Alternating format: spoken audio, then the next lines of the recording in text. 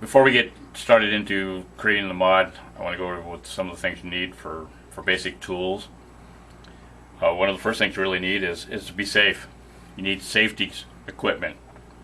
What we've got here is just some earplugs. I don't know if you know, but working with a Dremel, very high noises, and anything over 80 decibels for a long period of time can cause hearing damage. So it's a good idea to get some earplugs. Cost you maybe $1 or $2. Well worth it. Safety goggles. Any kind of safety goggles, glasses to protect your eyes. Again, a few dollars, but it's going to save you a lifetime of grief. Gloves. I know most people say, well, I can't feel what I'm working on, or I just don't like the way it is.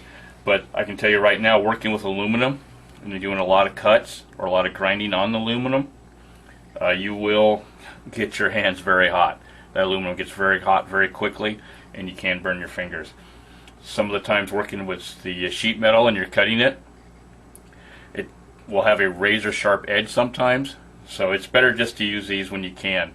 Of course, there's always not going to be a time that you do need them, but use them when you're supposed to. Start off with some tools here, really basic tools that you need just to start off on modding. What we have here is just a basic set of a couple screwdrivers, which you can see is a long, skinny, single bladed screwdriver. You can have smaller ones, larger ones, but sometimes these are pretty good to use. You can use it to manipulate stuff or just to get into some tight areas.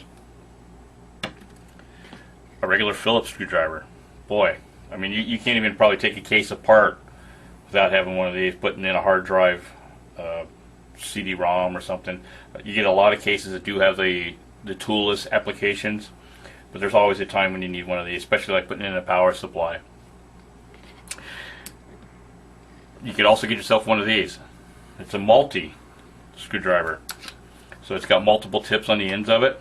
You take it apart, you've got what we call a number 1 bit, and like a number 1 for the straight. This is number 1 Phillips. This also has the same thing on the other side, but it's a number 2 sizes. Sometimes, if you get the right ones, if you take these apart, if you look here, you can use this as a nut driver. Some of them have different size shanks and give you different sizes, so sometimes you might come up with 2 or 3 different types of drivers if you have a couple of these. Good investment. You can get these cheaply. You can get these for, say, $5 to $10. Another good investment on that part.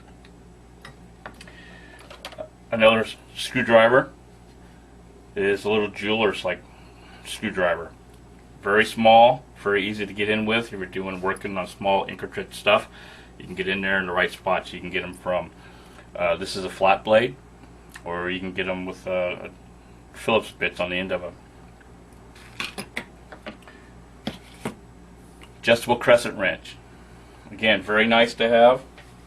I like this size here, especially when we're working with a case. It's about 6 inches long, and the jaws open up quite wide. Probably never have to get anything that big, but it's very nice to have, so you do have the adjustable sizes. Again, a few bucks. A lot of the stuff that you can see, you can either spend a lot of money on, or you can spend a little bit of money on, like go to the bargain bin sometimes. But we'll warn you, sometimes you will pay for the quality. Okay, if you want good stuff, you pay for it. If you get cheap stuff, you get cheap stuff.